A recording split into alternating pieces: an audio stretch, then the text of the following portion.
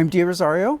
I'm currently on the board of directors for the East Bay Regional Park District. I was elected in 2016. And at the time of the 1991 Hills Fire, I was actually a lieutenant in the fire department for the East Bay Regional Park District. And I was actually on the fire the first day and on Saturday.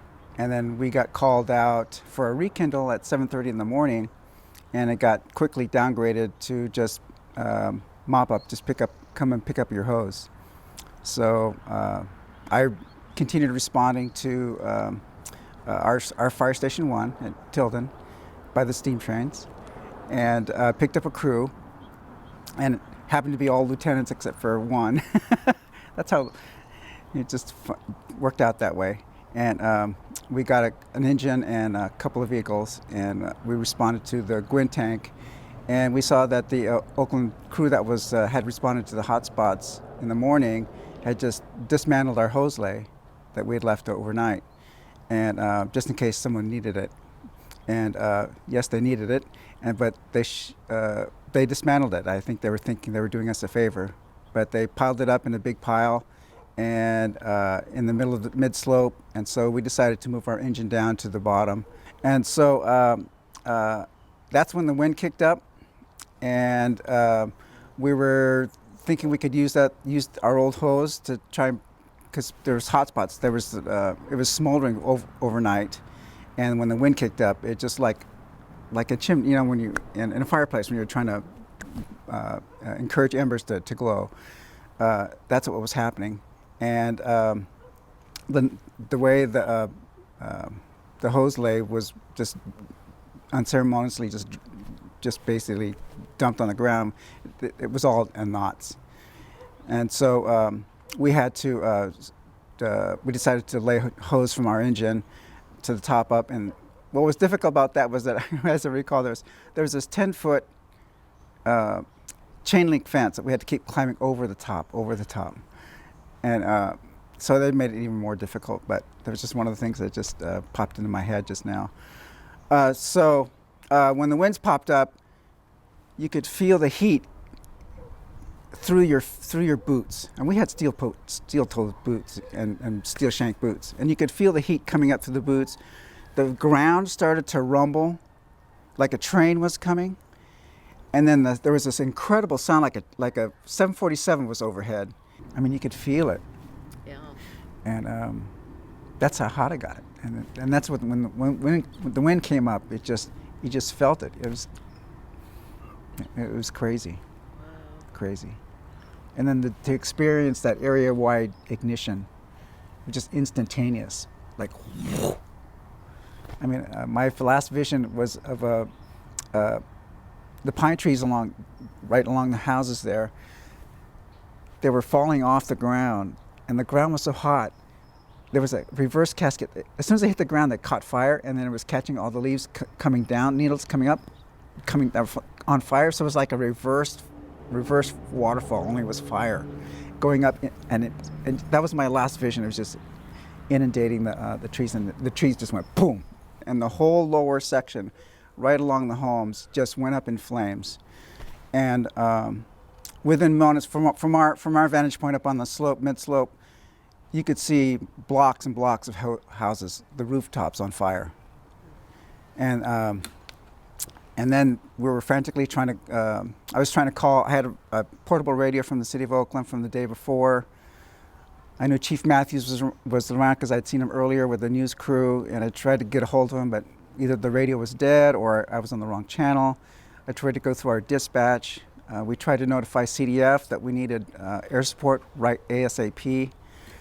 And at that point, we were just, there were just so much fire, and we saw people scrambling out of their homes, and we decided just, stand and fight and try to save as many people as possible, get them out of their homes. And at that point, some point there in the beginning, we saw Chief Riley, and unbeknownst to us, that would be the last time we would see him alive. He told us this was untenable and that we should get out, and he walked off towards Norfolk, and we piled people that we had into our trucks that we had, and we tried to follow him out, and there was just fire everywhere, and the noise was incredible. And then you couldn't see more than the smoke was just you couldn't see. And we were approaching Norfolk, and there was we could hear this big crash, and a flash of blue light just filled the whole sky, and we knew we couldn't get out that way, so we had to turn around in a driveway. And we turned around, and we got back to the place right there where we were below the Gwynn tank on Buckingham. And Captain Davis from the Oakland Fire Department just happened to come up and be there, and we stood our ground there, and that was our line in the sand, and we just started fighting house fires and taking in people as they showed up. As it turns out, we were able to save one house, which turned out to be a brand new house, and we were able to save that one because we cut all the vegetation off around it and set a backfire as the fire was coming off of had gone up to the top and was coming back down, and we set a backfire because at that time we ran out of water.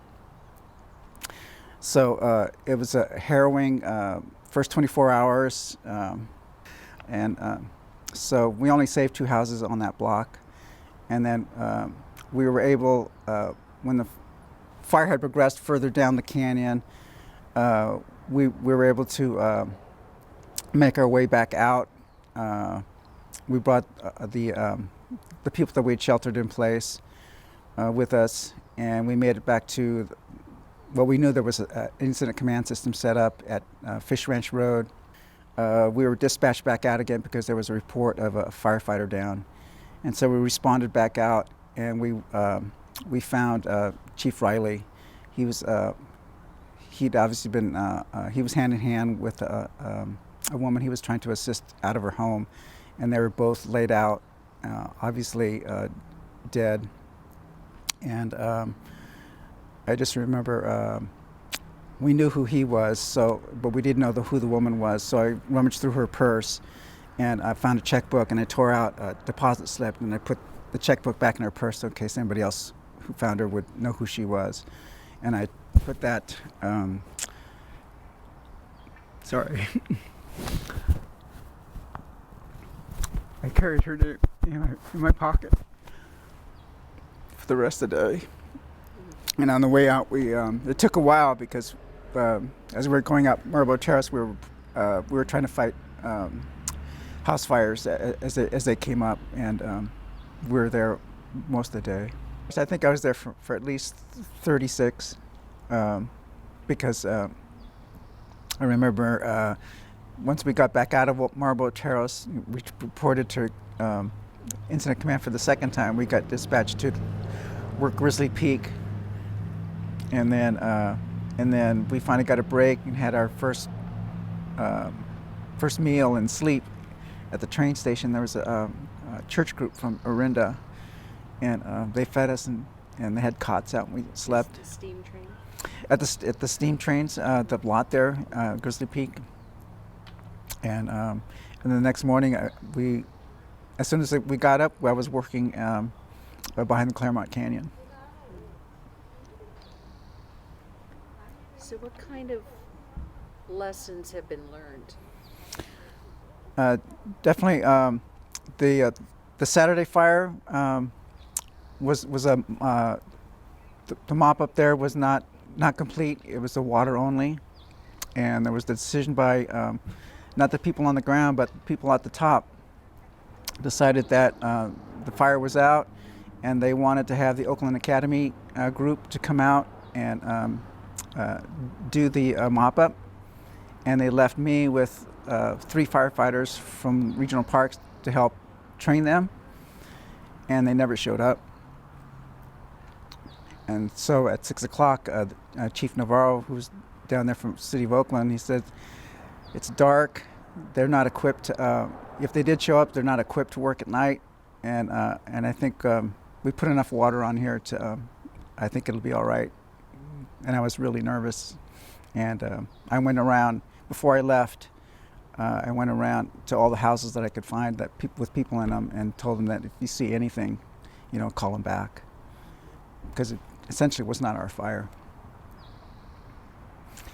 was City of Oakland property, and it was their fire. So, and then as far as mopping up. I mean, the lesson was learned definitely because there was a fire there the very next year, same place, and we stayed overnight, and not just watching it, but we actually worked it. We had Oakland's helicopter was equipped with infrared, and they were hot spotting.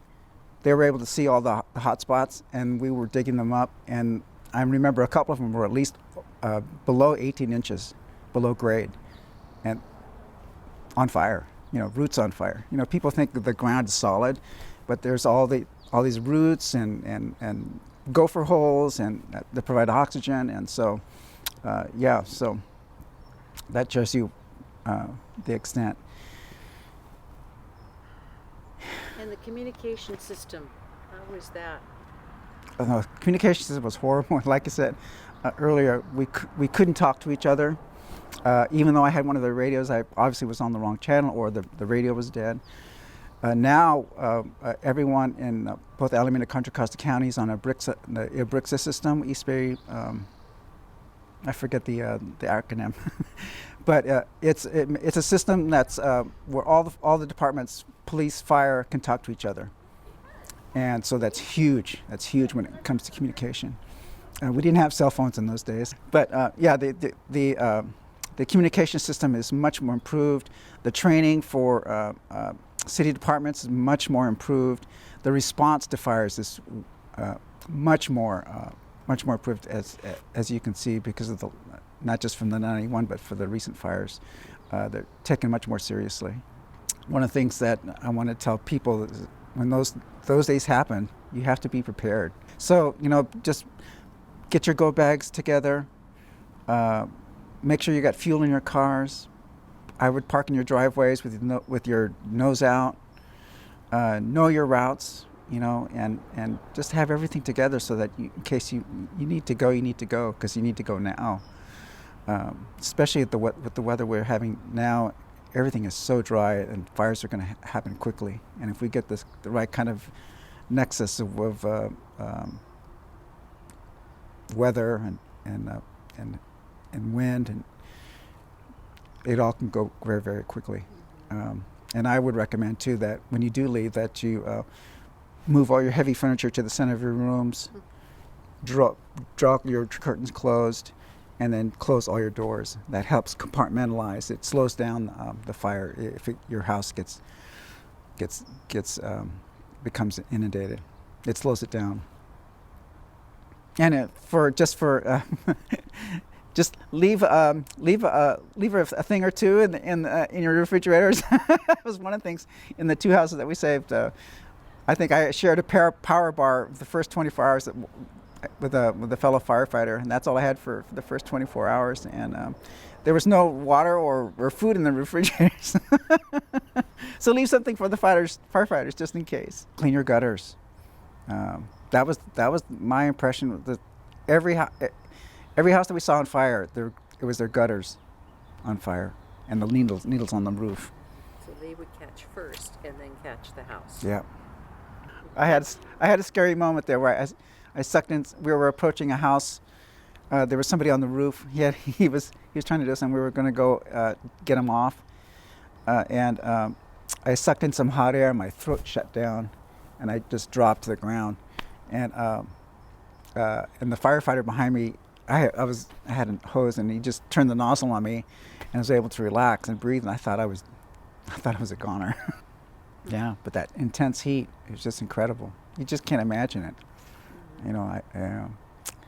It's hard to watch these fires, in Northern California, and just knowing what that feeling is like. It's intense.